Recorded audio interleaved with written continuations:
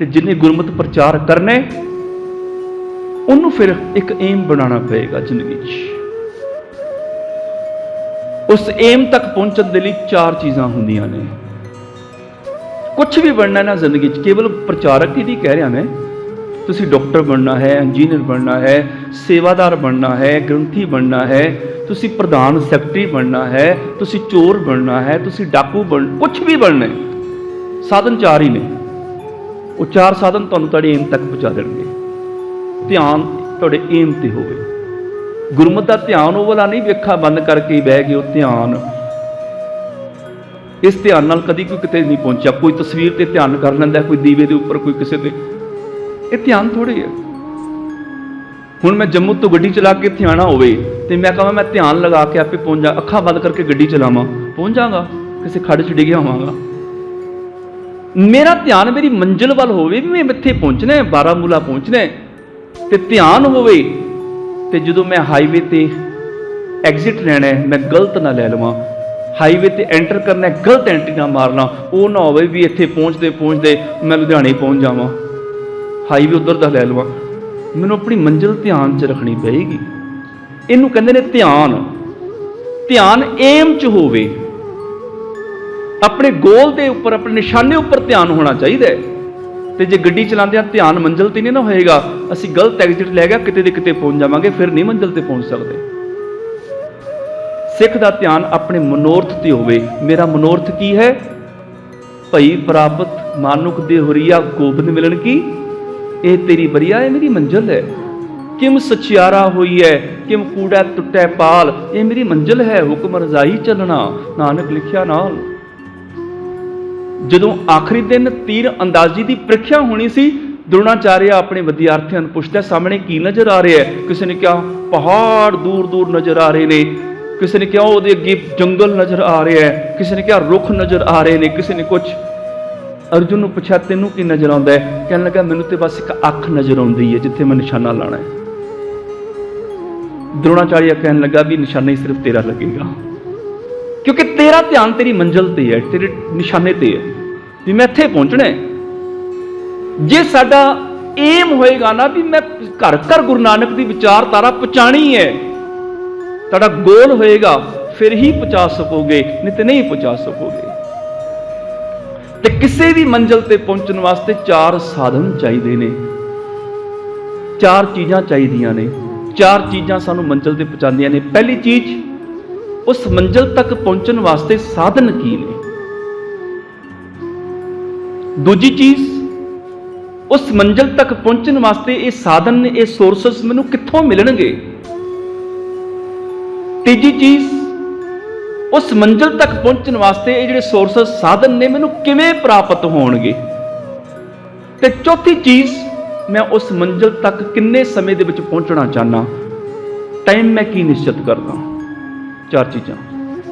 ਪਹਿਲੀ ਚੀਜ਼, ਸਾਧਨ ਕੀ ਨੇ। ਮੰਨ ਲਓ ਮੈਂ ਇੱਥੋਂ ਜੰਮੂ ਜਾਣਾ ਹੈ, ਸਾਧਨ ਕੀ ਨੇ। ਬੱਸ ਵੀ ਹੋ ਸਕਦੀ ਹੈ, ਟ੍ਰੇਨ ਵੀ ਹੋ ਸਕਦੀ, ਪਤਾ ਨਹੀਂ ਜਾਂਦੀ ਕਿ ਨਹੀਂ ਜਾਂਦੀ, ਕਾਰ ਵੀ ਹੋ ਸਕਦੀ ਹੈ, ਬਾਈ ਏਅਰ ਵੀ ਜਾ ਸਕਦਾ, ਸਾਧਨ ਨੇ ਨਾ ਇਹ।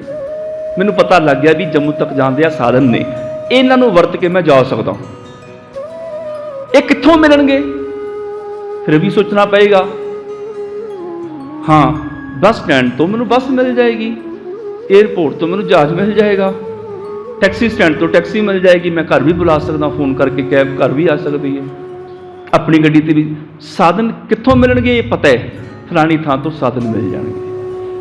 ਕਿਵੇਂ ਮਿਲਣਗੇ, ਪੈਸੇ ਖਰਚਣੇ ਪੈਣਗੇ। ਜੇ ਤੇ ਥੋੜੇ ਪੈਸੇ ਨੇ ਫਿਰ ਬੱਸ ਟ੍ਰੇਨ 'ਚ ਚਲਾ ਜਾਵਾਂਗਾ, ਥੋੜੇ ਜ਼ਿਆਦਾ ਨੇ ਤੇ ਬਾਈ ਕਾਰ ਚਲ ਜਾਵਾਂਗਾ, ਜੇ ਜ਼ਿਆਦਾ ਪੈਸੇ ਨੇ ਤੇ ਬਾਈ ਏਅਰ ਚਲ ਜਾਵਾਂਗਾ।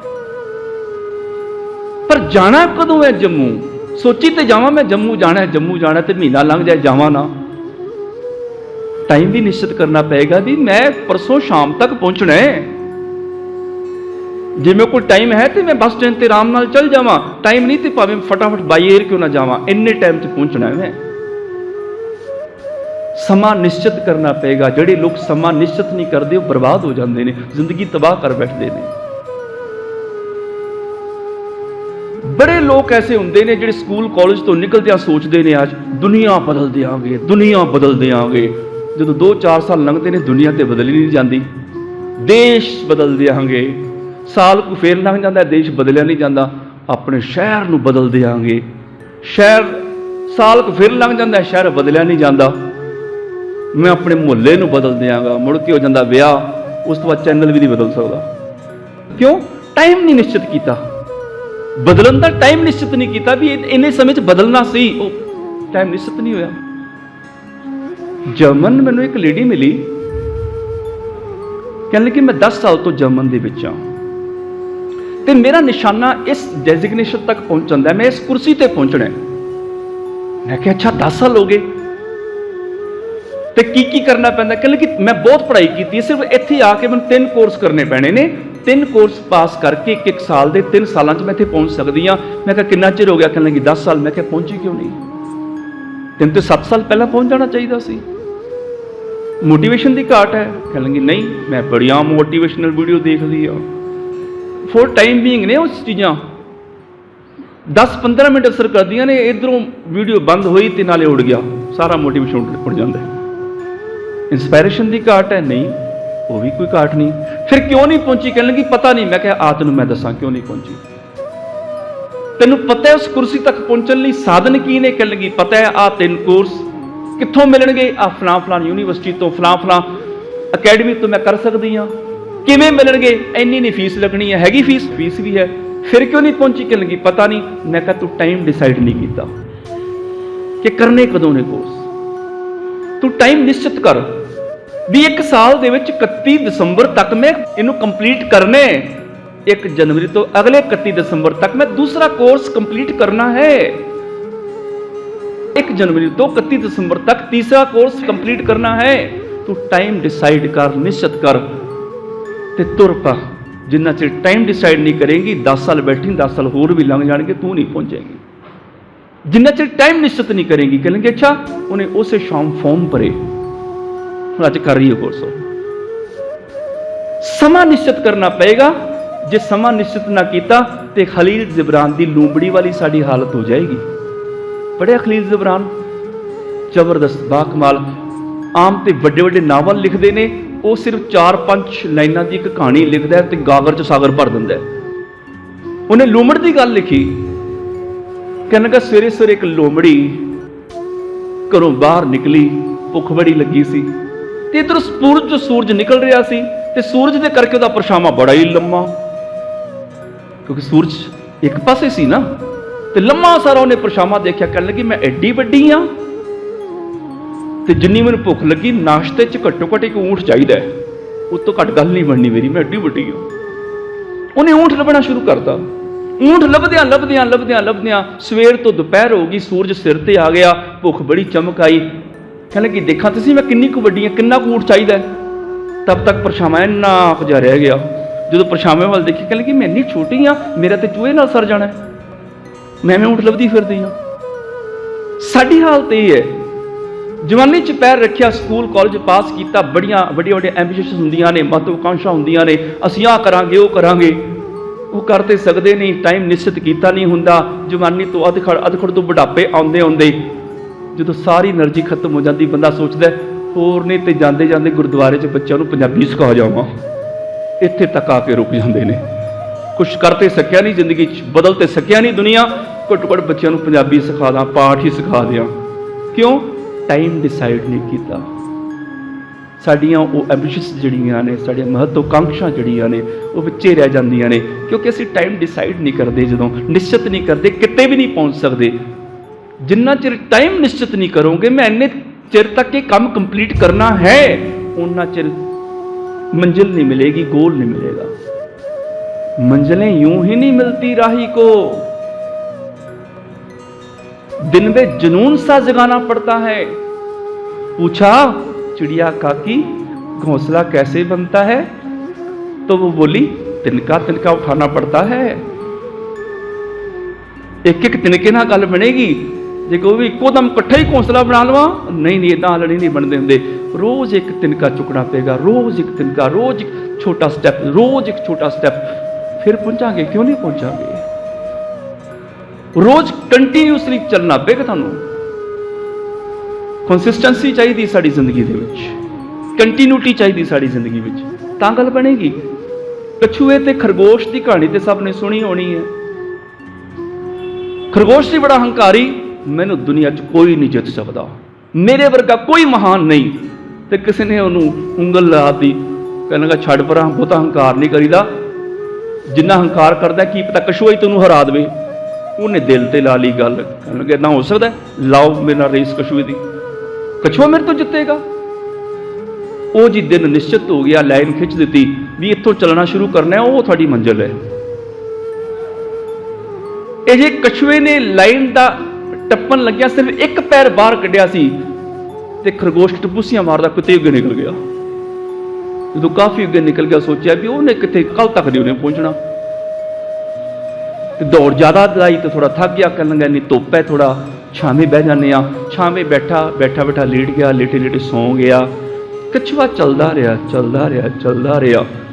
ਉਹ ਬਿਲਕੁਲ ਮੰਜ਼ਿਲ ਤੇ ਜਦੋਂ ਨੇੜੇ ਪਹੁੰਚ ਗਿਆ, ਖਰਗੋਸ਼ ਨੂੰ ਜਾਗ ਆਈ, ਉੱਠ ਕੇ ਦੌੜਿਆ। ਤਬ ਤੱਕ ਕਛੂਆ ਰੇਸ ਜਿੱਤ ਚੁੱਕਿਆ ਸੀ। ਕਿਉਂ? ਕਿਉਂਕਿ ਕਛੂਏ ਨੇ ਕੰਟੀਨਿਊਟੀ ਕਾਇਮ ਰੱਖੀ, ਲਗਾਤਾਰ ਚੱਲਦਾ ਰਿਹਾ, ਉਹ ਰੁਕਿਆ ਨਹੀਂ, ਉਹ ਇੱਕ ਇੱਕ ਤਿਨਕਾ ਜੋੜਦਾ ਰਿਹਾ ਰੋਜ਼। ਉਹਨੇ ਨਹੀਂ ਕਿਹਾ ਵੀ ਇੱਕੋ ਦਿਨ ਇਕੱਠਾ ਕਰ ਲਾਂਗਾ, ਉਹਨੇ ਲਗਾਤਾਰ ਆਪਣੇ ਆਪ ਨੂੰ ਚਲਾਈ ਰੱਖਿਆ। 10,000 ਮਾਈਲਸ ਦਾ ਸਫ਼ਰ ਵੀ ਇੱਕ ਸਟੈਪ ਤੋਂ ਸ਼ੁਰੂ ਹੁੰਦਾ ਹੈ, ਔਰ ਰੋਜ਼ ਇੱਕ ਸਟੈਪ ਵੀ ਕਰੋਗੇ, ਕਦੀ ਨਾ ਕਦੀ ਤੇ ਜ਼ਰੂਰ ਪਹੁੰਚੋਗੇ। ਖਰਗੋਸ਼ ਕਿਉਂ ਹਾਰਿਆ? ਹੰਕਾਰ ਕਰਕੇ। ਉਹਨੇ ਆਪਣੀ ਕੰਟੀਨਿਊਟੀ ਤੋੜ ਲਈ, ਰੁਕ ਗਿਆ, ਸਟਾਪ ਹੋ ਗਿਆ। ਕਛੂਆ ਇਸ ਕਰਕੇ ਜਿੱਤ ਗਿਆ, ਉਹਨੇ ਆਪਣੀ ਕੰਟੀਨਿਊਟੀ ਜਾਰੀ ਰੱਖੀ, ਉਹ ਪਹੁੰਚ ਗਿਆ। ਖਰਗੋਸ਼ ਨੂੰ ਹੰਕਾਰ ਨੂੰ ਬੜੀ ਸੱਟ ਵੱਜੀ। ਅਗਲੇ ਦਿਨ ਖਰਗੋਸ਼ ਕਹਿਣ ਲੱਗਾ ਦੁਬਾਰਾ ਰੇਸ ਕਰਾਓ। ਦੂਜੇ ਦਿਨ ਫਿਰ ਰੇਸ ਦੀ ਤਿਆਰੀ ਹੋ ਗਈ, ਲਕੀਰ ਖਿੱਚ ਦਿੱਤੀ। ਹੁਣ ਖਰਗੋਸ਼ ਨੇ ਸੋਚਿਆ ਵੀ ਮੈਂ ਹਾਰਨਾ ਨਹੀਂ, ਰਸਤੇ 'ਚ ਸੋਣਾ ਨਹੀਂ। ਰੇਸ ਸ਼ੁਰੂ ਹੋਈ, ਖਰਗੋਸ਼ ਨੇ ਟਪੂਸੀਆਂ ਮਾਰੀਆਂ, 10 ਮਿੰਟਾਂ ਦੇ ਵਿੱਚ ਮੰਜ਼ਿਲ ਤੇ ਵੀ ਪਹੁੰਚ ਗਿਆ, ਜਿੱਤ ਗਿਆ ਖਰਗੋਸ਼। ਕਛੂਆ ਹਾਰ ਗਿਆ। ਕਿਉਂ? ਹੁਣ ਕਛੂਏ ਤੇ ਕੋਲ, ਖਰਗੋਸ਼ ਕੋਲ, ਦੋਨਾਂ ਕੋਲ ਕੰਟੀਨਿਊਟੀ ਸੀ ਬਰਾਬਰ, ਦੋਨਾਂ ਦਾ ਸਕਿੱਲ ਬਰਾਬਰ ਸੀ, ਪਰ ਖਰਗੋਸ਼ ਦਾ ਦੌੜਨ ਦਾ ਸਕਿੱਲ ਵੀ ਨਾਲ ਸੀ, ਉਹਦੇ ਕੋਲ 2 ਸਕਿੱਲ ਇਕੱਠੇ ਹੋ ਗਏ, ਉਹ ਜਿੱਤ ਗਿਆ। ਅਗਲੇ ਦਿਨ ਫਿਰ ਰੇਸ ਹੋਈ, ਕਹਿਣ ਲੱਗੇ ਹੁਣ ਫਿਰ ਰੇਸ ਹੋਏਗੀ। ਕਹਿਣ ਲੱਗੇ ਠੀਕ। ਹੁਣ ਇਸ ਵਾਰ ਰੇਸ ਹੋਈ, ਰਸਤਾ ਬਦਲ ਦਿੱਤਾ, ਰਸਤੇ ਵਿੱਚ ਇੱਕ ਨਦੀ ਆਏਗੀ, ਉਹ ਪਾਰ ਕਰਨੀ ਹੈ। ਖਰਗੋਸ਼ ਤੇ ਕਛੂਆ ਤੁਰਨੇ ਸ਼ੁਰੂ ਹੋਏ, ਖਰਗੋਸ਼ ਨੇ ਦੌੜਾਂ ਲਾਈਆਂ, ਉਹ ਨਦੀ ਦੇ ਕੋਲ ਜਾ ਕੇ ਰੁਕ ਗਿਆ, ਕਛੂਆ ਨਦੀ 'ਚ ਉਤਰਿਆ, ਤੈਰ ਕੇ ਪਾਰ ਹੋ ਗਿਆ, ਜਿੱਤ ਗਿਆ। ਉਸ ਤੋਂ ਅਗਲੇ ਦਿਨ ਫਿਰ ਰੇਸ ਹੋਈ। ਜਦੋਂ ਉਸ ਤੋਂ ਅਗਲੇ ਦਿਨ ਰੇਸ ਹੋਈ, ਫਿਰ ਰਸਤਾ ਬਦਲ ਦਿੱਤਾ ਵੀ ਇਸ ਵਾਰ ਰਸਤੇ ਦੇ ਵਿੱਚ ਕਿਤੇ ਪਹਾੜ ਆਣਗੇ, ਕਿਤੇ ਖੱਡਾਂ ਆਣਗੀਆਂ, ਉੱਚਾ ਨੀਵਾਂ ਰਸਤਾ ਆਏਗਾ। ਕਹਿ ਲੱਗੇ ਠੀਕ। ਰੇਸ ਸ਼ੁਰੂ ਹੋਈ, ਖਰਗੋਸ਼ ਤੇ ਕਛੂਆ ਦੌੜੇ, ਖਰਗੋਸ਼ ਨੇ ਟਪੂਸੀਆਂ ਮਾਰੀਆਂ, ਪਹੁੰਚ ਗਿਆ ਮੰਜ਼ਿਲ ਤੇ, ਕਛੂਆ ਖੱਡਾ 'ਚ ਫਸ ਕੇ ਰਹਿ ਗਿਆ, ਕਛੂਆ ਹਾਰ ਗਿਆ। ਉਸ ਤੋਂ ਅਗਲੇ ਦਿਨ ਫਿਰ ਰੇਸ ਹੋਈ। ਇਸ ਵਾਰ ਰਸਤੇ ਦੇ ਵਿੱਚ ਨਦੀ ਵੀ ਹੈ ਤੇ ਉੱਚੇ ਨੀਵੇਂ ਰਸਤੇ ਵੀ ਨੇ, ਪਹਾੜੀਆਂ ਖੱਡਾਂ ਵੀ ਨੇ।